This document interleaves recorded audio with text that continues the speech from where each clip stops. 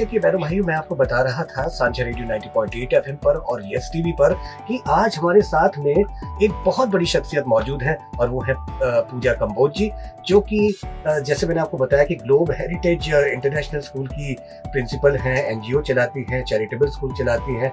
इसके अलावा national shooter हैं, ये राइटर भी हैं और रस्टिक अफेयर ज्वेलरी की ब्रांड एम्बेसडर हैं। और इसके अलावा जो पिछले साल मिस्टर इंडिया जो कॉन्टेस्ट हुआ था जिसमें गोविंदा भी थे, तो इसमें ये जूरी में जज रह चुकी हैं। और इसके साथ में बहुत सारी और भी ऐसी चीजें हैं, बहुत सारी और बड़ी बड़ी सोसाइटीज हैं, मैगजीन्स हैं जिनके साथ में ये जुड़ चुकी हैं। इन सब के बारे में बात करेंगे। लेकिन मैम मैं एक बार फिर आपको उन पुरानी यादों में ले चलूंगा और मैं ये जानना चाहूंगा मैम कि वो कौन सा पल था, वो कौन सा क्षण था कि जिसमें आपने ये फैसला किया कि आप एजुकेशन सेक्टर से जुड़ेंगे, क्योंकि आप तो बहुत सारे सेक्टर से जुड़ी हैं, तो एजुकेशन सेक्टर ही क्यों? सर एक्चुअली जो मेरा ब्रदर है वो जब 16 साल का था उसको डिप्रेशन में वो आ गया। और डिप्रेशन में जब वो 20 साल का हुआ तो जब हमने देखा, मम्मी भी डॉक्टर्स के चक्कर काटते थे हॉस्पिटल्स के, हम भी उसके साथ जाते थे, बहुत खराब टाइम हम लोगों ने देखा। तो जब ये सारी चीज़ों का अवलोकन किया गया तो ये पता चला कि जो स्कूल का इन्वायरमेंट है उसका इम्पैक्ट इतना नेगेटिव पड़ा है मेरे ब्रदर के ऊपर, भाई के ऊपर, कि वो डिप्रेशन में आ गया और एक तरह से पूरी जिंदगी पे उसके पोज लग गया, कॉमा लग गया। तो तब से ये डिसाइड किया था कि एजुकेशन सेक्टर में जाना है और कुछ ऐसा करना है स्कूल लाइफ में जाके बच्चों की कि वो इंटरेस्ट लें, उनके ऊपर बर्डन ना बने, स्कूल लाइफ जो है उनकी पढ़ाई उनके ऊपर बर्डन ना बने, बल्कि वो उसको एंजॉय करें और अपने जीवन का एक सुखद अनुभव लें स्कूल लाइफ को लेकर, डिप्रेशन में ना आए एटलीस्ट। अच्छा, तो फिर इस हादसे की वजह से आपने फिर एजुकेशन सेक्टर में प्रवेश किया? बिल्कुल। फिर आपने कैसे इसमें परस्यू किया, मतलब पढ़ाना शुरू किया और या फिर क्योंकि प्रिंसिपल तो आप हैं ही, लेकिन पहले आपने कहीं और से सफर शुरू किया होगा? सर 2005 में मैं आपका यहाँ यमुनानगर में स्वामी विवेकानंद स्कूल है सेक्टर 17 में, मैं यहाँ प्री टू केजी की टीचर थी। अच्छा। पीपीआरटी थी मैं और 1600 रुपए मेरी तनख्वाह थी उस टाइम। तो यहाँ से मैंने अपने एजुकेशन के सफर की शुरुआत की। उसके बाद फिर बहुत सारे स्कूल्स चेंज किए। मेरा ये 10वां स्कूल है जहाँ मैं आज प्रिंसिपल हूँ। तो 10 साल का आप मान के चलिए बहुत बहुत बड़ा संघर्ष, जो और भगवान ने बहुत साथ दिया, फैमिली मेंबर्स ने बहुत साथ दिया, परिवार वाले बहुत अच्छे मिले, पति जो मिले मुझे वो बहुत बहुत सपोर्ट करते हैं, जय नाम है उनका, बहुत ज्यादा सपोर्ट करते हैं और हमेशा साथ देते हैं। बस यही कहानी है सफर की। बहुत बढ़िया मैम। तो मैम एक चीज मैंने ये देखी कि आजकल जो शिक्षा जो है ना, ये काफी हद तक अब चेंज होती जा रही है। जी। एक जमाना था जब गुरुकुल हुआ करते थे, लोग बड़े ही वैदिक पद्धति से शिक्षा हासिल किया करते थे, लेकिन आज जो है बहुत ही डिजिटलाइज्ड चीजें हो गई हैं, डिजिटल क्लासेस हो गई है, स्मार्ट क्लासेस हो गई है और ऐसे में पढ़ाई का तरीका बदल गया है। जी, तो क्या आजकल जो टीचर्स जो है, क्या उनको भी बदलना बहुत जरूरी है बच्चों के माइंडसेट को देखते हुए? बिल्कुल सर, क्योंकि बच्चा जब 6 घंटे के लिए स्कूल में रहता है तो वो टीचर्स के, शिक्षकों के सानिध्य में ही है, अपने माता पिता के साथ तो वो है नहीं। और जो वातावरण प्रोवाइड करते हैं वो टीचर्स ही प्रोवाइड करते हैं, इन्वायरमेंट टीचर्स से बनता है। स्कूल के अपने अपने प्रोसेसेस हैं, जैसे हमारा जो स्कूल है ग्लोब हेरिटेज की अगर मैं बात करूं, आपके यमुनानगर की जानी मानी एक ऑर्गेनाइजेशन है, प्लाईवुड की फैक्ट्रीज हैं उनकी, ग्लोब पैनल इंडस्ट्रीज, उन्हीं का ये स्कूल है। और उनका जो एक मेन मकसद है वो पैसा कमाना नहीं है स्कूल से।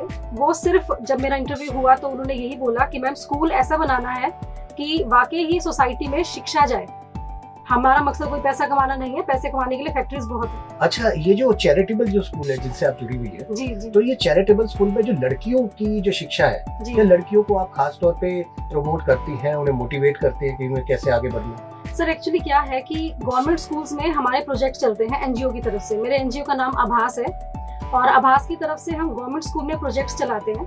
और उन प्रोजेक्ट्स में क्या होता है कि 1ली से 5वीं तक के जो बच्चे हैं उनको हम निःशुल्क पढ़ाते हैं, फ्री पढ़ाते हैं 4 से 6 बजे तक। जी। और रादौर में ही प्राइमरी गवर्नमेंट स्कूल है, वहाँ हमारी क्लासेस लगती हैं। जो बच्चे उनमें, क्योंकि हर 3 महीने बाद हम एक टेस्ट लेते हैं, पहले पूरा 3 महीना उनको पढ़ाया जाता है, फिर एक टेस्ट लिया जाता है। तो जो बच्चा वो टेस्ट क्लियर कर लेता है तो उसको फिर स्पेशल बैचेस में हम इंक्लूड करते हैं। जो बच्चा अपने सालाना एग्जाम्स में, फाइनल एग्जाम में टॉप कर लेता है, उसको किसी भी प्राइवेट स्कूल में टोटल फ्री ऑफ कॉस्ट हम उसका एडमिशन करवाते हैं अपने एनजीओ की तरफ से।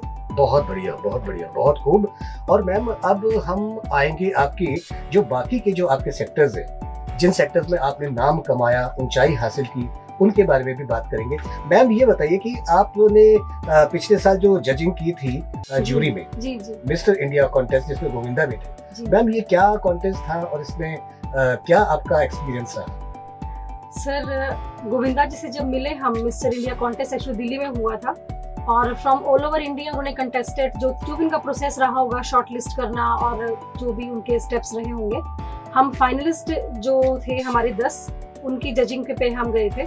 4 जज थे हम, मैं थी और गोविंदा जी थे और मनीषा लांबा जी थी और राहुल रॉय जी थे। तो हम चारों वहाँ बैठे हुए थे। तो एक्सपीरियंस यही रहा कि बच्चों में बहुत जोश है, बहुत जुनून है और जिन शख्सियत से मिलने का मौका मिला गोविंदा जी से, तो जैसे वो टीवी पे दिखाई देते हैं, बड़े जॉली किस्म के और बड़े ह्यूमेन टाइप के बंदे हैं। मतलब बहुत इंसानियत झलकती है बातों से भी और बहुत डाउन टू अर्थ है। जी, मैं भी उनका इंटरव्यू कर चुका हूँ मुंबई में, और और वाकई में बड़े अच्छे, मतलब जमीन से जुड़े हुए जी इंसान। जी बहुत अच्छे इंसान। अच्छा मैम, इसके अलावा आपने जो ग्लोबल आर्ट सोसाइटी से आप जुड़ी हुई, जी सर। ये एक बहुत बड़ी बात है बहनों भाइयों। ये इतना आसान नहीं होता है, ये जैसे हम नाम बोल जाते हैं, लेकिन ये बहुत बड़ी बड़ी संस्थाएं हैं। तो मैम इनसे किस तरह आप जुड़ी और क्या इसकी खासियत है? सर मैं एक्चुअली लेख लिखती हूँ धर्म के ऊपर, कि जो अक्सर क्या होता है कि लोग रिलीजियन को धर्म बोलते हैं, कि धर्म का जो इंग्लिश रूपांतरण है वो रिलीजन है, जबकि ऐसा नहीं है। रिलीजन एक बहुत छोटी चीज है और धर्म बहुत बड़ी चीज है। तो इसके ऊपर मेरे लेख छपते हैं, भगवत गीता के ऊपर मेरे लेख छपते हैं। एस्थेटिक यूनिवर्सिटी है आपकी ये, उसमें मेरा लिखा हुआ एक चैप्टर है management lessons of Bhagavad Gita, जो उसमें इंक्लूडेड है, बच्चे पढ़ते हैं उसे। और भगवत गीता के ऊपर ही मेरे बहुत सारे लेख हैं जो इंटरनेशनल मैगजीन्स में, नेशनल मैगजीन्स में छपते रहते हैं। और इसी को लेके ग्लोबल आर्ट सोसाइटी में पूरा पैनल बैठता है 14 मेंबर्स का। तो उन्होंने डिसाइड किया, जब वो लेख सारे उनके पास जाते हैं, शॉर्ट लिस्ट होते हैं, तो उसके थ्रू मेरी वहाँ एंट्री हुई है सर। बहुत बढ़िया। तो मैम मैं इस पर थोड़ा सा ये आपसे प्रकाश दिलवाना चाहूंगा कि जिस तरह से हम लोग ह्यूमैनिटी को छोड़कर बाकी हर छोटी छोटी चीज को पकड़ के रखते हैं, जी सर, तो मैम किस तरह से आप लोगों को मोटिवेट करते हैं कि उन्हें एक सबसे बड़ा जो धर्म होता है वो मानव धर्म है। बिल्कुल सर। तो इस चीज को कितना ज्यादा हमें आत्मसात करना चाहिए, कितना ज्यादा समझना चाहिए आज के परिवेश में? देखिए, आज की जो दुनिया है वो बहुत ज्यादा भागदौड़ की दुनिया है। हर इंसान भाग रहा है, कोई पैसे के लिए भाग रहा है, कोई सफलता के लिए भाग रहा है, कोई अपने परिवार को बचाने के लिए भाग रहा है, कोई रोटी के लिए भाग रहा है। हर किसी के जीवन में भागदौड़ लगी हुई है, हर कोई फ्रस्ट्रेटेड है, कहीं ना कहीं इरिटेशन भी है लोगों के अंदर, संघर्ष भी बहुत कर रहे हैं लेकिन फल नहीं मिल रहा, तो उसको लेके भी कहीं ना कहीं दिल में एक चीज है जो कचोटती रहती है। तो इस वजह से हर कोई परेशान है अपने अपने सेक्टर में, अपने अपने एरिया में। तो हम सबको ये समझने की जरूरत है कि जिस चीज से हम गुजर रहे हैं, सामने वाला भी उस चीज से गुजर रहा है। जब आप उससे मिले, जब भी आप कहीं से मिले, तो आप ये मान के चलिए कि सामने वाला भी परेशान है। अगर उसकी किसी बात से आपका दिल दुखा है या आपका कोई काम खराब हुआ है, माफ करने की एक आदत डालिए अपने अंदर। और एक जो इंसानियत है वो सिर्फ इस चीज में नहीं होती कि हम किसी का भला कर रहे हैं। अगर आप किसी का बुरा नहीं सोच रहे हैं और आप हमेशा इस चीज में काम कर रहे हैं कि आप अपने आप को बेहतर इंसान कैसे बनाएं, तो ये भी बहुत बड़ा मानव धर्म है। अच्छा, एक संक्षेप में एक चीज और पूछना चाहूंगा मैम कि और कौन कौन सी किताबें आपने लिखी हैं? मतलब आप एक अच्छी राइटर भी हैं। जी जी। तो कौन सी किताबें आपने? 7 सेजेस करके एक मेरी बुक है सर, और वो जल्दी मार्केट में आ जाएगी, जिसमें सप्त ऋषि जो हैं हमारे, उनका एक साइंटिफिक लॉजिक के साथ वो किताब लिखी है। और एक प्रोजेक्ट और है जिस पर मैं काम कर रही हूँ, जिसमें काफी बड़े बड़े स्कॉलर्स मुझे सपोर्ट कर रहे हैं। किताब का नाम है the Bhagavad Gita from teenagers perspective. क्योंकि जो हमारे टीनेजर्स हैं उनको भगवत गीता समझ में तो आती है, लेकिन वो उसको आत्मसात नहीं कर पाते और उसको लिंक नहीं कर पाते मॉडर्न लाइफ के साथ। तो टीनेजर पर्सपेक्टिव से भगवत गीता लिखी है। और एक तीसरा एक नॉवल है वाटर ऑफ लाइफ, जो तन्मय शर्मा जी लिख रहे हैं, उसको मैं एडिट कर रही हूँ। उसके जो राइट्स हैं वो महेंद्र सिंह धोनी जी ने, मतलब बात चल रही है कि वो खरीदेंगे और उस पर वेब सीरीज बनेगी। और भी अभी बहुत सारी खासियत है जो कि मैं बताना चाहूंगा। अब हम बात करेंगे पूजा जी लाइफस्टाइल मैगजीन के बारे में। जी। भाई, इनसे भी आपका बहुत बड़ा वास्ता रहा है और इन्होंने आपकी जो एक किस्म से बायोग्राफी जो है शायद वो उन्होंने प्रकाशित की है, इसके बारे में कुछ बताइए। जी sir, life story lifestyle magazine में पब्लिश हुई है मेरी। लाइफस्टाइल मैगजीन इंडिया की टॉप 10 मैगजीन्स में आती है जी, और उसमें लाइफ स्टोरी उन्होंने पब्लिश की। जी, और इसके अलावा मैम आप जी टाउन मैगजीन से भी जुड़ी हैं। जी सर, जी टाउन मैगजीन से एक्चुअली मेरा जो पहले वेट था वो 92 kg था, मैं 92 किलो की थी। अच्छा। तो मैंने जैसे 35 किलो एकदम कम किया, और क्योंकि मैं सीनियर मॉडल भी हूँ, साड़ीज के लिए मैं मॉडलिंग करती हूँ। अच्छा। और इसलिए जी टाउन मैगजीन ने जब वो स्टोरी पढ़ी और सारा कुछ जब उन्होंने देखा, जो भी उनकी तहकीकात होती है वो की होगी, तो they gave me the space on their cover page में उनके पब्लिश हुई। तो मैम किस तरह से आपने फिर वो 35 kgs कम किए? सर डाइट है, योगा है, बाकी जिम भी ज्वाइन किया, तीनों चीजें हैं। अच्छा, तीनों का मिला संयम बहुत जरूरी है सर। हाँ, ये बात भी बिल्कुल सही है। और मैम ये बताइए कि आपकी जो दिनचर्या है जी, उसमें क्या आपका जो खान पान का किस तरह का आप संतुलन बना के रखते हैं, क्योंकि आप बहुत बिजी रहती हैं? जी जी सर, सुबह उठने का तो ये है कि मेडिटेशन बहुत ज़रूरी है, क्योंकि मैं भी खुद एक बार डिप्रेशन पेशेंट बन चुकी हूँ। 4 से 6 महीने मेरी खुद की मेडिसिन चली है, लेकिन फिर ये ध्यान आया कि जब भाई की पूरी ज़िंदगी मेडिसिन चल रही है 10 सालों से, तो मुझे उस चक्कर में नहीं पड़ना है। तो अपनी काउंसलिंग करवाई और डिप्रेशन से बाहर आई, दवाई बंद की और खुद को मेडिटेशन और योगा में डाला, डाइट बहुत स्ट्रिक्टली, और अपने आप को इतना बिजी कर लिया कि अब तो समय ही नहीं है कुछ सोचने का या कुछ नेगेटिव चीज़ें सोचने का भी समय नहीं है, सब कुछ पॉजिटिव चल रहा है लाइफ में। तो मैम आप इतनी सारी चीजें कैसे मैनेज कर लेती है? एक तरफ स्कूल चलाना, एक तरफ एनजीओ, एक तरफ राइटिंग करना और इतनी सारी चीजें सोचना, तो कैसे आप मॉडलिंग भी करना मैम? सही बात है। तो कैसे आप इतना मैनेज कर लेते हैं? सर टाइम मैनेजमेंट करते हैं और फैमिली का सपोर्ट पूरा है, बच्चे समझदार हैं, सब मैनेज हो जाता है। मतलब आपकी जो हबी है जी, वो मतलब पूरी तरह से आपको मतलब सपोर्ट करते हैं, आपको हर डिसीजन में आपका साथ देते हैं? जी बिल्कुल बिल्कुल। बहुत बढ़िया बात है। अब मैम बात करेंगे आपकी अचीवमेंट्स के बारे में, आपके अवार्ड्स के बारे में। जी सर। हमने सुना है कि आपको बहुत सारे अवार्ड्स मिले हैं। जी सर। तो मैम जरा सा जिक्र हो जाए उन सभी अवार्ड्स के बारे में। सर मुझे 7 स्टेट अवार्ड मिले हैं और 9 नेशनल अवार्ड्स हैं, 2 इंटरनेशनल अवार्ड्स हैं, और अभी हाल ही में जो हमारे एजुकेशन मिनिस्टर हैं कंवरपाल गुर्जर जी, उनकी तरफ से शिक्षा के क्षेत्र में जो भी योगदान दिया, जो भी छोटा मोटा हम कर सके, उसको लेके उनकी तरफ से सम्मान मिला है। तो बहनों भाइयों, देखा आपने और सुना आपने कि किस तरह से पूजा जी ने एक के बाद एक सफलता की सीढ़ियां चढ़ते हुए कामयाबी की शिखर तक पहुंचे, और अभी शिखर शायद अभी और बहुत दूर है, क्योंकि अभी बहुत सारी इनको अचीवमेंट्स और करनी है। तो इसी बात पर बहनों भाई, अगर आप भी कुछ कहना चाहते हैं या इनसे कोई बात करना चाहते हैं, इनसे कुछ पूछना चाहते हैं, तो हमें फोन कर सकते हैं 9095908908 पर। तो पूजा जी, एक चीज ये कि आपके इतने सारे अवार्ड, इतने सारी संस्थाओं से आपका जुड़ाव और इतने सारे काम आपने किए हैं, इतनी सारी संस्थाओं को आप चला भी रही हैं।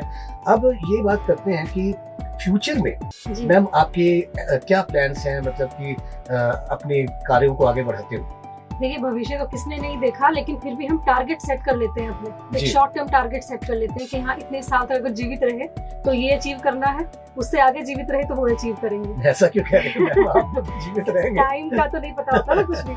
बाकी अगले 5 साल तक का जो टारगेट लिया हुआ है कि अभी मैं 40 वर्ष की हूँ, तो 45 साल तक मुझे ये 2 काम करने हैं। नंबर 1, गुरुकुल पद्धति को जितना हो सके भारत में आगे बढ़ाना है।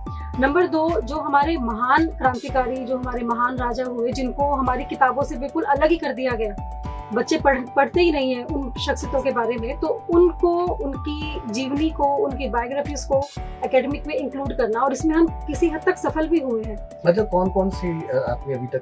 सर महाराणा प्रताप जी हैं, छत्रपति शिवाजी हैं, इन दोनों को हम जर्मनी के 2 स्कूलों में इंट्रोड्यूस करवा चुके हैं। अच्छा। उनके एकेडमिक्स में। जापान में बात चल रही है, वो भी तैयार हैं इसके लिए, क्योंकि वो लोग छत्रपति शिवाजी को तो अपना आइडियल मानते हैं वहाँ के कई लोग।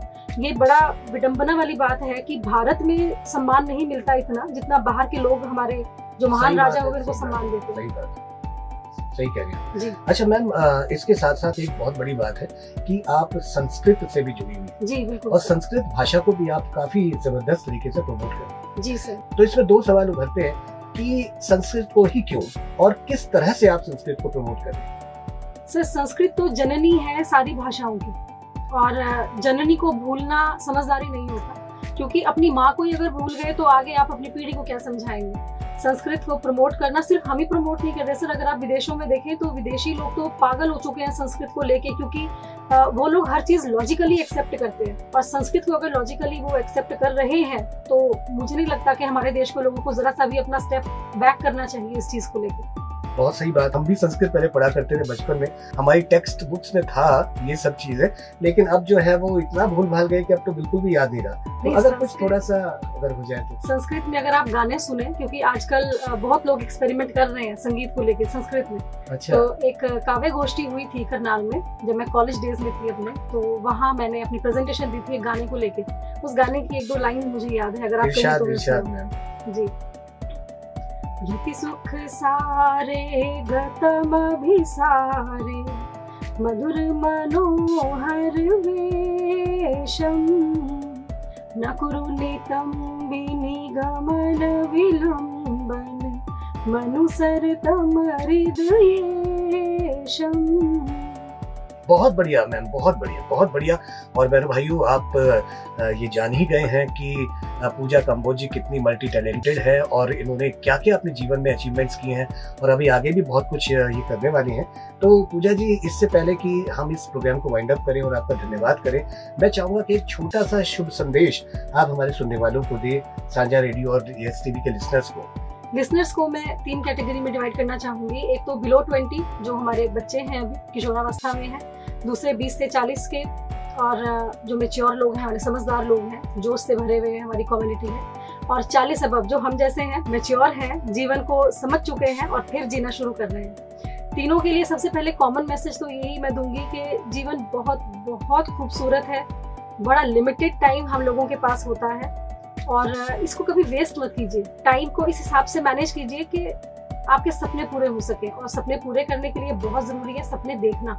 तो जितने बड़े सपने देखेंगे अच्छी चीज है, उसके लिए उतनी ही बड़ी कोशिश कीजिए, प्रयास कीजिए, हार मत मानिए, क्योंकि हार मानना विकल्प नहीं है। जीतना है तो जीतना है, बस दूसरा कोई ऑप्शन मत रखिए। और रही बात तीनों कैटेगरीज के लिए, एक कॉमन सा मैसेज मेरा यही है कि कृपया अपने परिवार पे फोकस कीजिए और नशे से जितना हो सके उतना दूर रहिए। बहुत अच्छी बात है, बहुत बढ़िया बात है, और मैं समझता हूँ कि हमारे सुनने वाले, देखने वाले इन बातों को जरूर फॉलो करेंगे। मैडम, दिल तो नहीं कर रहा कि प्रोग्राम को खत्म करें, दिल कर रहा है बात किए जाएं और आपसे इतनी अच्छी अच्छी बातें और जाने, और आपकी और भी बहुत सारी अचीवमेंट्स हैं जो कि शायद अभी बाहर नहीं आई हैं, लेकिन मैं उम्मीद करता हूँ कि एक बार फिर आप हमारे स्टूडियो में आएंगे और जरूर अपनी जो बाकी के अचीवमेंट्स हैं उनके बारे में भी बताएंगे।